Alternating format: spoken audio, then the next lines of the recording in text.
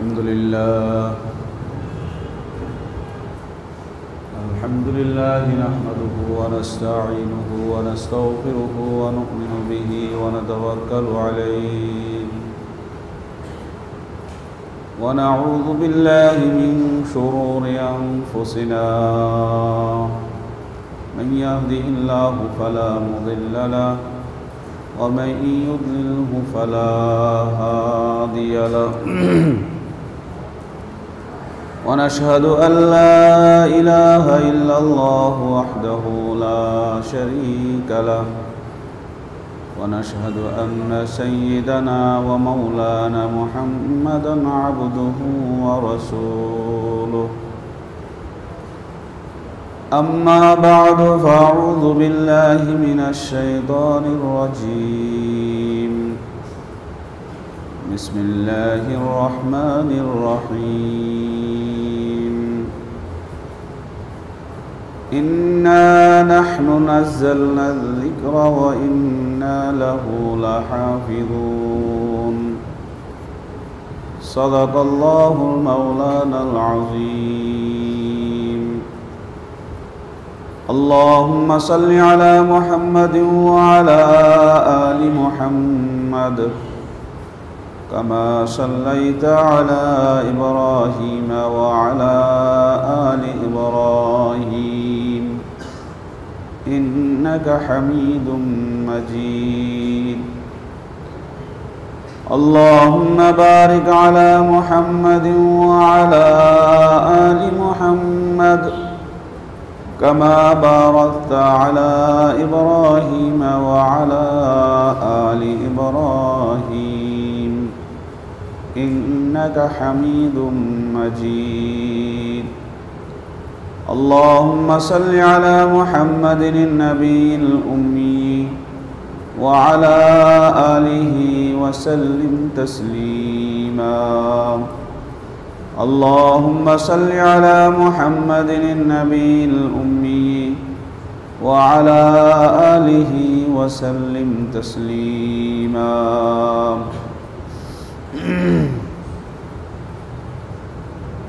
मोहतरम भाई दोस्त बुजुर्गो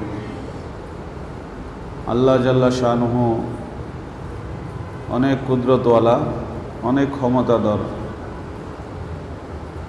তিনি যা ইচ্ছা তা করেন আল্লাহ পাকের সাথে কেউ কোনো মোকাবেলা করার শক্তি রাখে না দুনিয়ার যত শক্তি আছে আল্লাহ পাকের শক্তির সাথে মশার পরের সমানও না আল্লাহ পাকের ইচ্ছাই সব কিছু হয় বাকি মেরে ভাই দোস্ত আল্লাহ পাক মানুষকে একটা ইচ্ছা শক্তি দিয়েছেন মানুষকে একটা ইচ্ছা শক্তি দিয়েছেন সে তার এই ইচ্ছা শক্তি দিয়া ইচ্ছা করলে ভালো কাজও করতে পারে ইচ্ছা করলে সে ভালো খারাপ কাজও করতে পারে যদি ভালো কাজ করে তো ভালো কাজের ভালো প্রতিদান পাবে আর যদি খারাপ করে এই খারাপের শাস্তি সে ভোগ করবে এটাই স্বাভাবিক আল্লাহ পাক রব্বুল আলামিন আলিম তিনি সব কিছু জানেন সব কিছু জ্ঞাত এই জন্য তিনি আগের থেকেই জানেন এই দুনিয়াতে মানুষকে পাঠাইছেন আল্লাহ তাআলা পরীক্ষার জন্য তো পরীক্ষার পরে জানবেন এরকম নয় পরীক্ষার ফলাফল আল্লাহ আগের থেকে জানেন দুনিয়ার পরীক্ষার হলের ফলাফল পরে প্রকাশ হয় পরীক্ষার মধ্যে ছাত্র পরীক্ষা দেয় তারপরে শিক্ষক একটু ঘুরে দাও পিছনের দিকে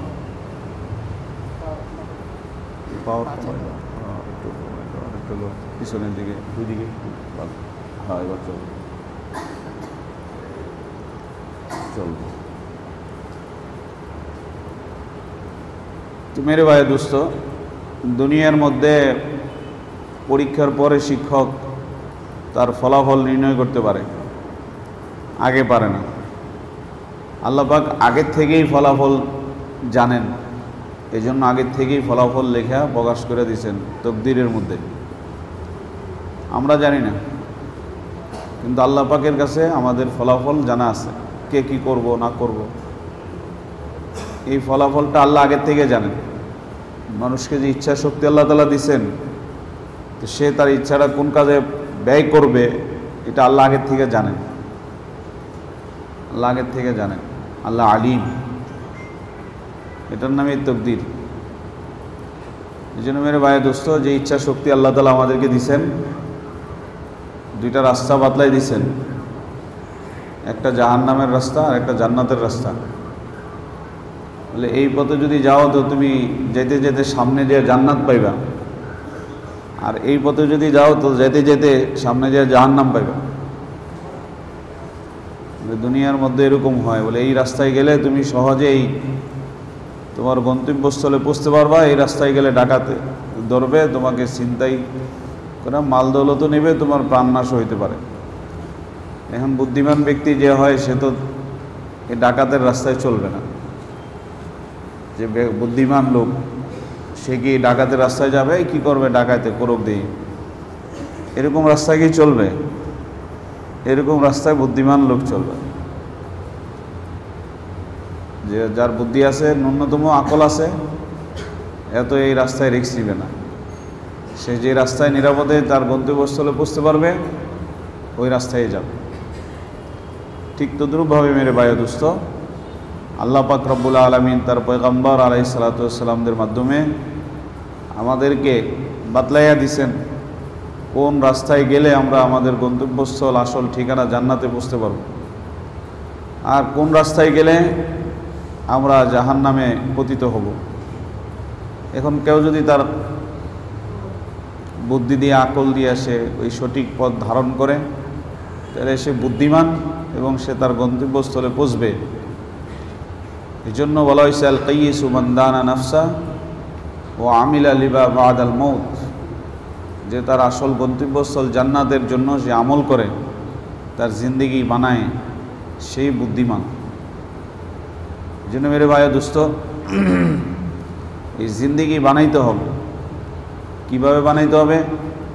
এই জিন্দেগি বানাইতে হবে আল্লাহর হুকুম এবং রসুলের তরিকায়। তাইলে আমি যদি আল্লাহর হুকুম আর রসুলের তরিকায় আমার এই হায়াতটাকে খরচ করি, ব্যয় করি, তাইলে আমি জান্নাতের রাস্তায় সিরাতে মুস্তাকিমের মধ্যে আসি, আর না হয় আমি গোমরাহির মধ্যে আসি। তো আল্লাহ এবং আল্লাহর হুকুম রসুলের তরিকা মানে দিন, এই দিনকে নিজের জিন্দিগিতে আঁকড়িয়ে ধরা, ইসলামকে নিজের জিন্দিগিতে আঁকড়িয়ে ধরা। তো ইসলাম এটা একটা বৃক্ষের নাম, একটা গাছের নাম। এই গাছের গোড়া থাকে, গাছের মূল থাকে, শিকড় থাকে, ঢাল থাকে, থাকে কি থাকে না? ইসলাম একটা বৃক্ষের নাম, অথবা ইসলাম একটা দারুসালাম, একটা ঘরের নাম।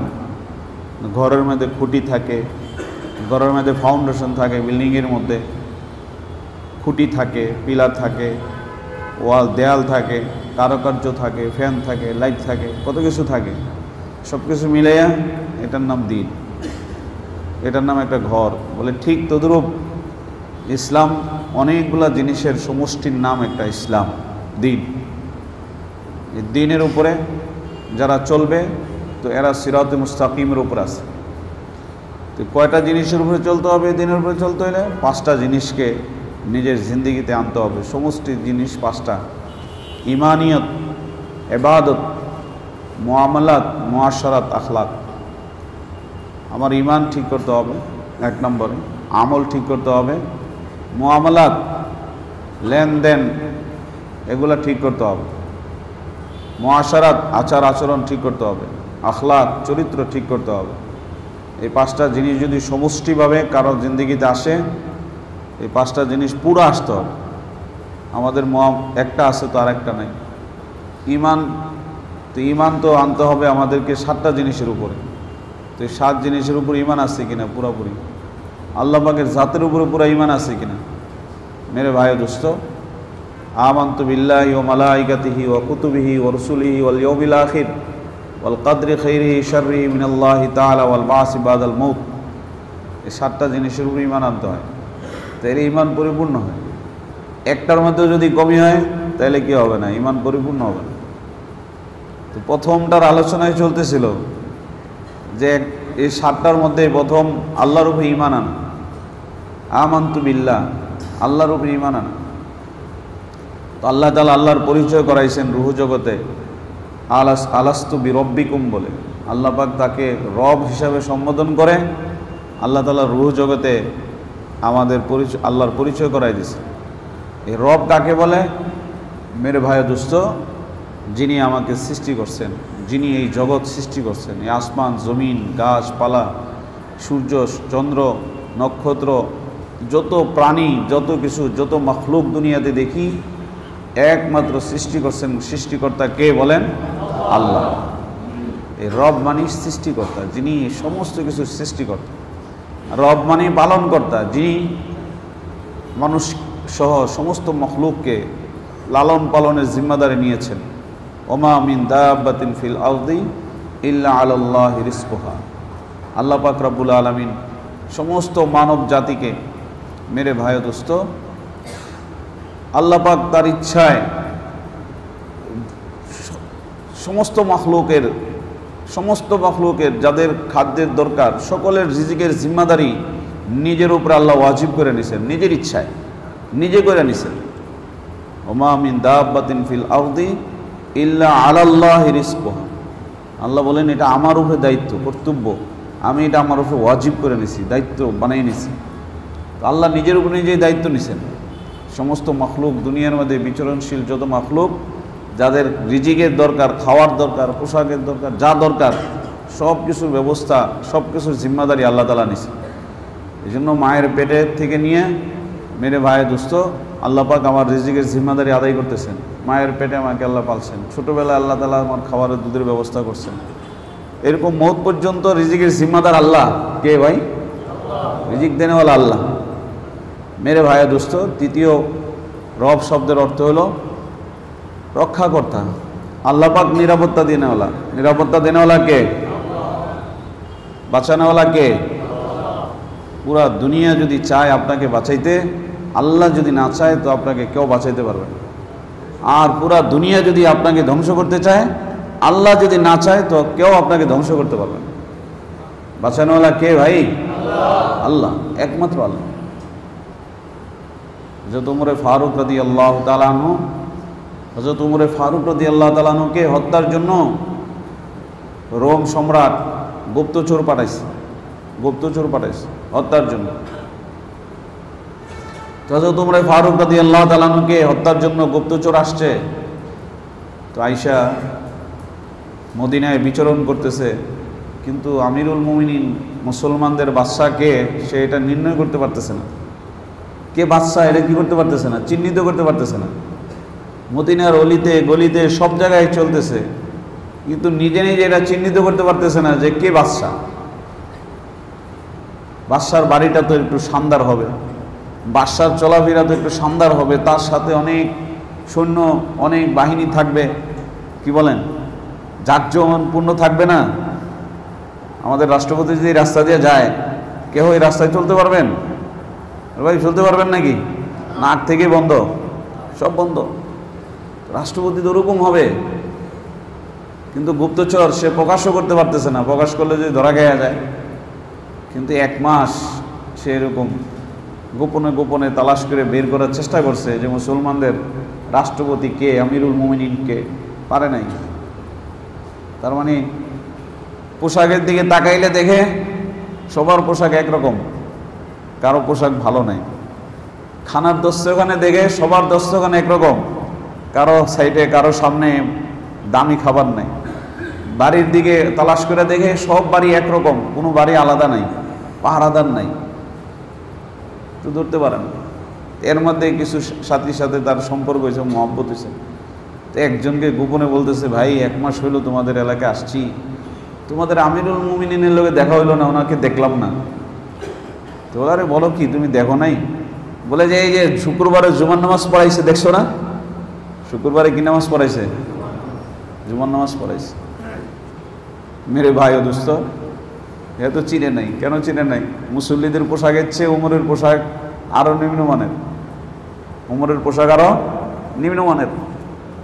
হ্যাঁ, হযরত ওমর ফারুক রাদিয়াল্লাহু তাআলা আনহু একবার শাম থেকে কিছু কম্বল আসছে, মানে কাপড় আসছে হাদিয়া ট্যাক্সের। তো সবাইকে মদিনায় যারা ছিল সব পুরুষদেরকে একটা করে চাদর, তো একটা করে চাদর সবাইরে হাদিয়া দিছে, মানে সবাইকে দিছে। তো জুমার দিন ছিল, সবাই নতুন চাদর উপরে জুমার নামাজ পড়তে আসছে। হযরত ওমর রাদিয়াল্লাহু তাআলা আনহু তিনিও একটা চাদর পাইছেন বাগে, সবাই সমান সমান একটা। কিন্তু জুমার দিন হযরত ওমর রাদিয়াল্লাহু তাআলা আনহু দুইটা নতুন চাদর গায়ে দিয়ে জুমার নামাজ পড়াইতেছেন। তো এক বৃদ্ধ মানুষ দাঁড়াইছে মাঝখানে, একবারে মাঝখান থেকে দাঁড়ায় বলে, আমিরুল মুমিনিন, আগে আমার প্রশ্নের জবাব দিবেন, আমার একটা প্রশ্ন আছে, এই প্রশ্নের জবাব দিবেন, তারপরে আপনি জুমার নামাজের খুতবা দিবেন, এর আগে খুতবা দিতে পারবেন না। সুবহানাল্লাহ। যে ওমরকে বাগে ভয় পায়, যে ওমরকে শয়তানের ভয় পায়, সাধারণ মুসল্লি দাঁড়াই গেছে। মেরে ভাই দোস্ত, হযরত ওমর বলে, বলো তোমার কি প্রশ্ন? বলে যে নতুন চাদর সবার গায়ে আমাদের একটা, আপনার গায়ে দুইটা কেন? বুঝছেননি প্রশ্নটা? আপনারা করতে পারবেন আপনাদের এমপি মন্ত্রী করে এই প্রশ্ন? পারবেন? তাহলে নিরাপত্তা কীভাবে থাকবো? হযরত ওমর, আব্দুল্লাহ ইবনে ওমর সন্তান আব্দুল্লাহ পাশে প্রথম কাতারে দাঁড়ানো, ওমর হাতে ধরে টান দিয়ে আব্দুল্লাহরে দাঁড় করে দিছে, আব্দুল্লাহ এই প্রশ্নের জবাব তুমি দিয়ে দাও, এই প্রশ্নের জবাব তুমি দিয়ে দাও। তো আব্দুল্লাহ দাঁড়ায় বলতেছে, ভাই মুসলিয়ানে কেরাম শোনো, তোমরা যেমন একটা করে নতুন চাদর পাইছো, আমার বাবা একটা চাদর পাইছে, কিন্তু আমার বাবার চাদরটা এত ছোট যে চাদরটা দিয়ে পুরো শরীর ঢাকে না। বাবা বড়টা পাইছে না ছোটটা পাইছে? ছোটটা নিছে। রাষ্ট্রপতি বড়টা নেয় নাই, সমান ভাগ সবার জন্য, ছোটটা পাইছে ভাগে। তো জুমার নামাজ পড়াইবার জন্য আমার বাবার গায়ে যথেষ্ট পরিমাণ কাপড় আর নাই, এই জন্য আমি যে চাদরটা পাইছি, আমার চাদরটা আমার বাবাকে দিছি, এই জন্য বাবা দুইটা কাপড় করে জুমার নামাজ পড়াইবার উপযুক্ত হয়েছে। সুবহানাল্লাহ। মেরে ভাই দোস্ত, সাদা সিধা মানুষ। ওমর শয়তানও ভয় পায় তার, কিন্তু সাদা সিধা, পোশাকে সাদা সিধা, খাওয়ায় সাদা সিধা, লেবাসে সাদা সিধা, খাওয়া দাওয়ায় সাদা সিধা, চলাফেরা সাদা সিধা। হযরত ওমর ফারুক রাদিয়াল্লাহু তাআলা আনহু এত মোটা রুটি খায়, মোটা আটার রুটি, যে অন্য সাহাবাই কেরাম, বড় বড় সাহাবাই কেরাম ওনার দস্তখানে বসলে খাইতে পারে না। মেহমান আসলে মেহমানদের খাওয়া কষ্ট হয়। তো সবাই মিল্লা যুক্তি করছে উমরকে সারা, যে আমিরুল মুমিনিন রাষ্ট্রীয় যে রিলিফটা পায়, রিলিফ দিয়ে তো চলে, রিলিফ রাষ্ট্রের রিলিফ দেওয়া চলে। তো রাষ্ট্রের যে রিলিফটা পায় এটা তো অল্প, অনেক অল্প, এটাও সবাই মিললে একবার ঠিক করছিল। তো বলে যে এই অল্প রিলিফ দিয়ে ওনার ঘরের খাবারের হালাত যে মোটা, আমরাও তো বসলে দস্তখানে কষ্ট হয়, রিলিফটা যদি একটু বাড়াই দেওয়া যায় তাহলে খাবারের মানটা একটু ভালো হবে, একটু চিকন আটার খাবার হবে, আমরাও খাইতে পারবো। তো সবাই মিল্লা রিলিফের পরিমাণ নির্ধারণ করছে, বাড়াইছে। কিন্তু এই বাড়ানোটার প্রস্তাব কে দিবে, এই সাহস কারণে আমিরুল মুমিনকে যে বলবে যে আপনার রিলিফ, আপনার ওজিফা, রাষ্ট্রীয় ভাতা থেকে আমরা সবাই মিল্লা বাড়ানোর সিদ্ধান্ত নিছি, এই প্রস্তাবটা দিবে এই ক্ষমতা কারো নাই। মেরে ভাই দোস্ত, সবাই মিল্লা পরামর্শ করছে যে নিজেরাই প্রস্তাব দিতে পারবো না, তবে ওমর রাদিয়াল্লাহু তাআলা আনহুর মেয়ে হযরত হাফসা রাদিয়াল্লাহু তাআলা আনহা উম্মাহাতুল মুমিনিন, রাসূলের বিবিদের একজন, এই জন্য উম্মাহাতুল মুমিনিন হযরত হাফসার কাছে যে আমরা এটা পেশ করি, যদি মেয়ে আবার রাসূলের স্ত্রী, উনি যদি এটা কি করে বাবার কাছে পেশ করে, তাহলে হয়তো গ্রহণ করবে, আমরা বিপদ থেকে বেঁচে গেলাম। আল্লাহু আকবার। হযরত হাফসাকে যে বুঝাইছে যে হযরত ওমর রাদিয়াল্লাহু তাআলা আনহুর যেই দস্তরখান, ওনার যে অবস্থা খাওয়া দাওয়ার, এটা তো অনেক নিম্নমানের, এই জন্য রাষ্ট্রীয় রিলিফ থেকে আমরা একটু বাড়াইতে চাচ্ছি, মেহমান আসলেও যেন সুবিধা হয়। হাফসা নিজেও তো জানে। তো যেভাবে প্রস্তাব দেওয়ার দিছে, যে আমাদের তো সাহস নাই উমরকে বলার, আমিরুল মুমিনিন উমরের কাছে প্রস্তাব দিব, এই সাহস আমাদের নেই। আপনি একটু আমাদের নামটা বললেন না, আমাদের নামটা বললেন না, আপনি নিজের থেকে একটু প্রস্তাবটা দিয়ে যদি রাজি হয় তাহলে সিদ্ধান্ত তো আমরা নিয়ে রাখছি, দিয়ে দেব। হযরত হাফসা রাদিয়াল্লাহু তাআলা না হযরত ওমর রাদিয়াল্লাহু তাআলা আনহুর ঘরে গেছেন, ইয়া বাবার বাড়িতে, বাবার ঘরে বেড়াইতেছেন, ফাঁকে বাবার লগে কথাবার্তা শুরু করছে। এর ফাঁকে বাবাকে প্রস্তাব দিয়ে দিছে যে বাবা, তোমার ঘরের যে খাবার, এই যে খাচ্ছি আসছি কষ্ট হয়, এই মোটা খাবার, তুমি একটু রাষ্ট্রীয় রিলিফ একটু বাড়াই দিলে তোমাকে, তুমি নিতে অসুবিধা কি, বা এটা একটু রিলিফটা বাড়াই নিলে কি হয়? আল্লাহু আকবার। হযরত ওমর বুঝা ফেলাইছে এটা হাফসার প্রস্তাব না, এটা কেউ না কেউ এই প্রস্তাব দিছে। হযরত ওমর রাদিয়াল্লাহু তাআলা বলে, হাফসা এটা তো তোমার প্রস্তাব না, বলো দেখি কে তোমার কাছে এই প্রস্তাবটা দিয়ে গেছে। সুবহানাল্লাহ। বলো দেখি কে তোমার কাছে এই প্রস্তাব দিয়ে গেছে। তুমি তার নামটা বলো, তার চেহারার রং বিগড়ে ফেলবো, তার চেহারার রং বিগড়ে ফেলবো। কে এই প্রস্তাবটা তোমার কাছে দিয়ে গেছে, তার নাম বলো আমার কাছে। এরে ভাই ও দোস্ত, হাফসা তো চুপচাপ হয়ে গেছে, কথা বলে না, চুপ হয়ে গেছে। হযরত ওমর চোখের পানি ফালাই দিয়ে বলে, হাফসা তুমি তো রসুলের ঘরে ছিলে, বলো দেখি রসুলের ঘরে খাবার কি ছিল। হাফসা তুমি তো রসুলের ঘরে ছিলে, বলো দেখি রসুলের পোশাক কি ছিল। হাফসা রসুলের জমানা গেছে, আবু বকরের জমানা গেছে, রসুলের অবস্থা যা ছিল আবু বকরের অবস্থাও তা ছিল। 70টা তালি দেওয়া কাপড় পরে আবু বকর রসুলের সামনে বসা, আল্লাহ পাক রসুলের কাছে আবু বকরের জন্য সালাম পাঠাইছে। হাফসা শুনে রাখো, রসুল যেই রাস্তায় যেইভাবে জিন্দিগি চালাই গেছে, আবু বকর যেভাবে জিন্দিগি চালাই গেছে, আমি তো ওই রাস্তার মধ্যে আসি। আমি যদি ওই শিখে থেকে একটু ডাইনে বামে হয়ে যাই, তাহলে ওই দুইজন যে গন্তব্যস্থলে পৌঁছে, আমি ওমর সেই গন্তব্যস্থলে পৌঁছতে পারবো না, আমি ওমর জান্নাতে পৌঁছতে পারবো না। এরা তো জান্নাতে পৌঁছে গেছে, এদের গন্তব্যস্থলে পৌঁছে গেছে, আমি পৌঁছতে পারবো না। মেরে ভাই দোস্ত, যার ঘরের খাবারের এই অবস্থা,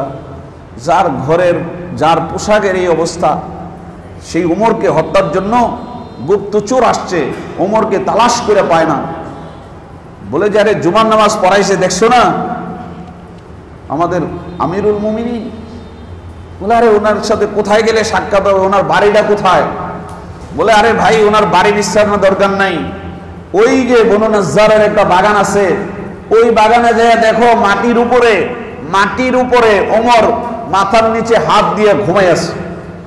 সুবহানাল্লাহ। কেউ পাহারাদার নাই, ঘুমাই রয়েছে। মেরে ভাই দোস্ত, সে গেছে ওখানে, যে বাগানের আশপাশে কোনো মানুষ নাই, পুরো বাগান খালি, পুরো বাগান খালি। উমর একা শুয়ে রয়েছে, দিলে দিলে চিন্তা করতেছে, এই আমিরুল মুমিনিন মুসলমানদের বাদশা একা একা শুয়ে রয়েছে, এনে একা একা, কোনো মানুষও নাই। একবার চিন্তা করে যে এর মধ্যে কোনো কিন্তু আছে, আবার চিন্তা করে এটাই তো একটা মহাসুযোগ, এই সময়ে তো আমি তারা হত্যা করতে পারি, কেউ তো নাই। এরকম ইতস্ত করতে করতে উমর রাদিয়াল্লাহু তাআলা চোখ খুলছে। কি বলছে? চোখ খুললা খালি এর দিকে তাকাইছে, হ্যাঁ থপ্পরে মাটিতে পড়ে গেছে। উমর শুধু ওর দিকে শোয়া অবস্থায় চোখ খুললা কি করছে, এর দিকে তাকাইছে, হ্যাঁ কই পড়ে গেছে বলেন, মাটিতে পড়ে গেছে। মেরে ভাই দোস্ত, হেফাজত করানোওয়ালা কে? বলেন না কে? রাসূল করিম সাল্লাল্লাহু আলাইহি ওয়াসাল্লাম যুদ্ধের থেকে ফিরে আসতেছেন, সাহাবায়ে কেরাম ক্লান্ত, এক এক গাছের নিচে সবাই শুয়ে পড়ছেন। দুপুর বেলায় রাসূলও একটা গাছের নিচে শুয়ে পড়ছেন, নবীজি তরবারিটা গাছের একটা ডালের মধ্যে ঝুলে রাখছেন। এক ইহুদি দেখে যে পুরা মাঠ নাক ডেকে ঘুমাইতেছে, সবাই ক্লান্ত, দেখে মুহাম্মদ সাল্লাল্লাহু আলাইহি সাল্লাম একা অনেক দূরে আলাদা একটা গাছের নিচে শুয়ে আছে, ঘুমাইতেছে, আবার তরবারিটা লটকানো। মেরে ভাই দোস্ত, ওই ইহুদি আইসা তরবারি হাতে নিছে, বুখারী শরীফের মধ্যে আছে এই ঘটনা। তরবারি হাতে নিছে, খাফের থেকে তরবারিটা খুলছে, খুইলা চিন্তা করতেছি এখনই মুহাম্মদকে শেষ করে দেব, আর একা, লোকজন অনেক দূরে, সবাই শুয়ে আছে, ঘুমায় আছে, আমার হাতে তরবারি, হত্যা করতে আর বাধা কোথায়? বাকি ঘুমন্ত মানুষকে হত্যা করা এটা তো কাপুরুষের একটা চিহ্ন, এর একটু জায়গায় একটু মজাক করি, এরপর হত্যা করি।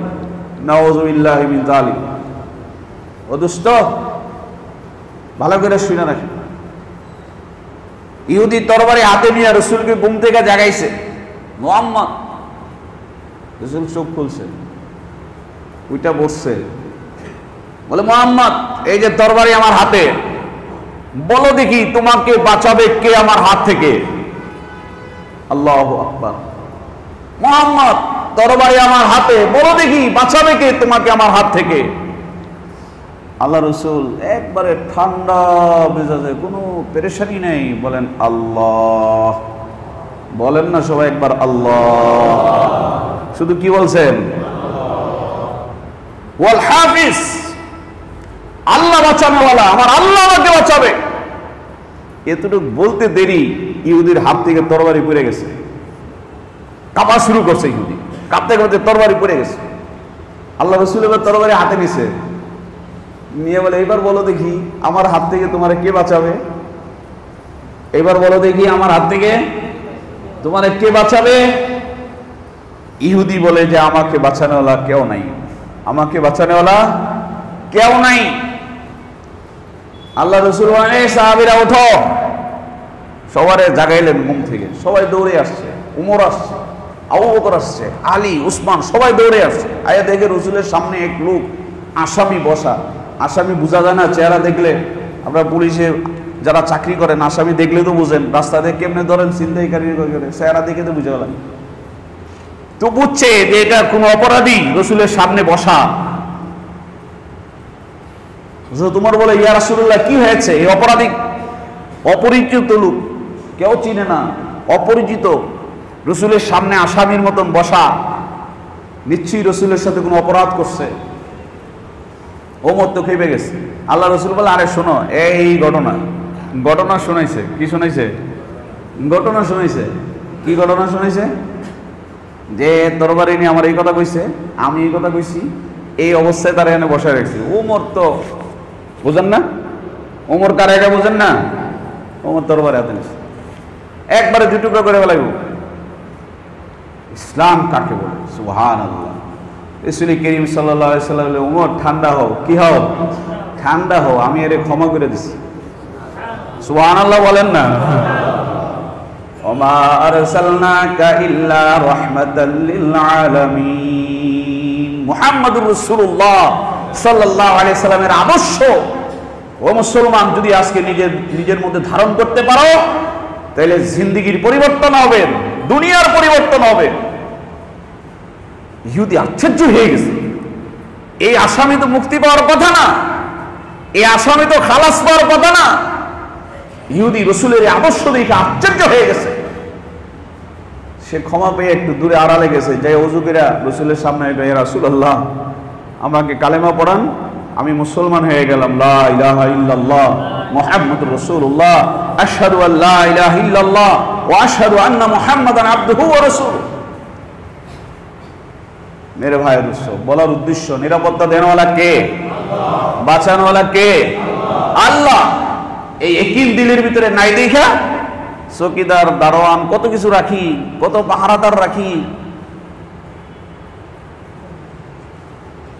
এমপি হওয়ার আগে পাহারাদার লাগে না, এমপি হওয়ার পরে পাহারাদার লাগে। কি বলেন? আর আমিরুল মুমিনিন, বাদশাহ আমিরুল মুমিনিন, তার কোনো পাহারাদার নাই, তার কোনো পাহারাদার নাই। সাহাবাদের জিন্দেগি পাহারাদার নাই। ওমর ইবনে আব্দুল আজিজ পাহারাদার নাই।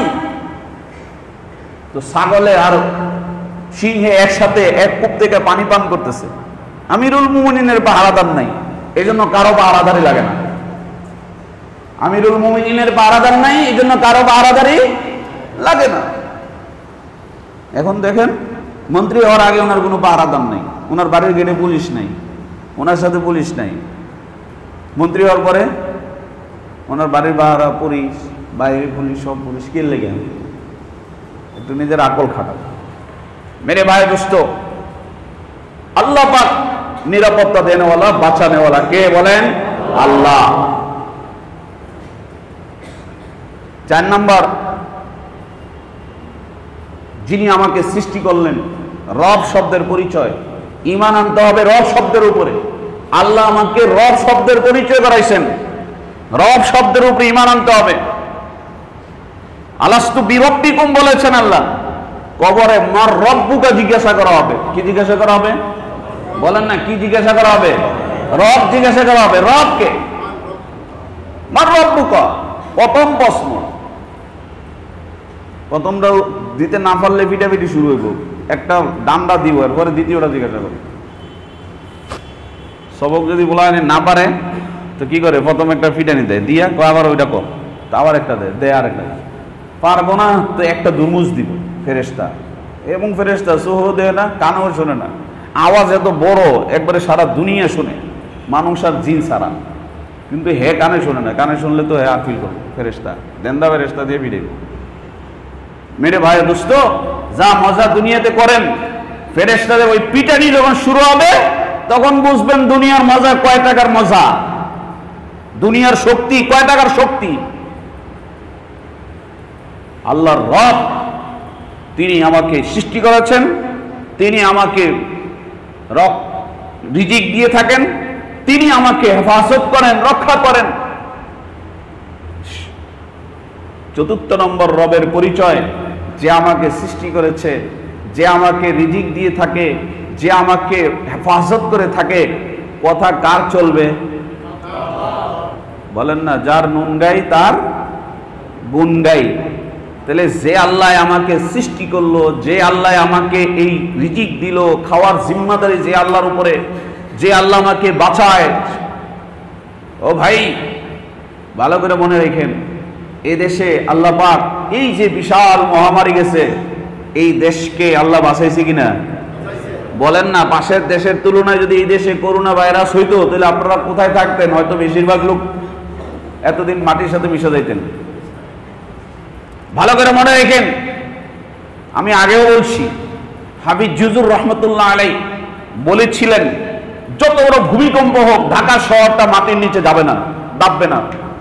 বিজ্ঞানীরা বলেছে যে ঢাকা শহর মাটির নিচে দেবে যাবে, কিন্তু হাফিজ জুজুর রহমতুল্লাহ আলাই বলেছিলেন ঢাকা শহর মাটির নিচে যাবে না।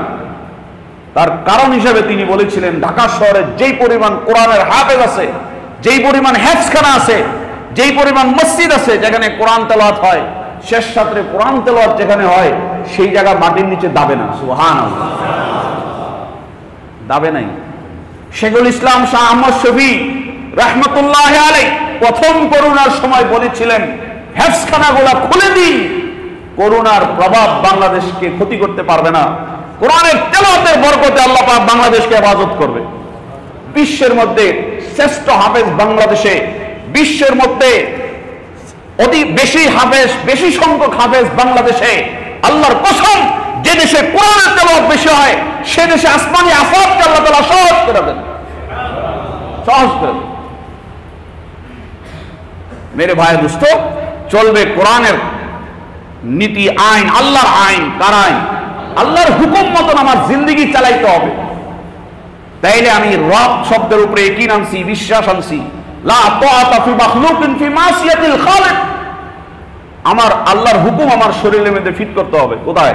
আমার মাথার তালু থেকে নিয়ে পায়ের তালু পর্যন্ত, সকাল থেকে সন্ধ্যা, সন্ধ্যা থেকে সকাল, এই 24 ঘন্টা মাথার তালু থেকে পায়ের তালু, এই পুরা যদি আমি আল্লাহর হুকুমের উপরে আমি ডুবাইতে পারি, তাইলে আমি রব শব্দের উপরে বিশ্বাসী।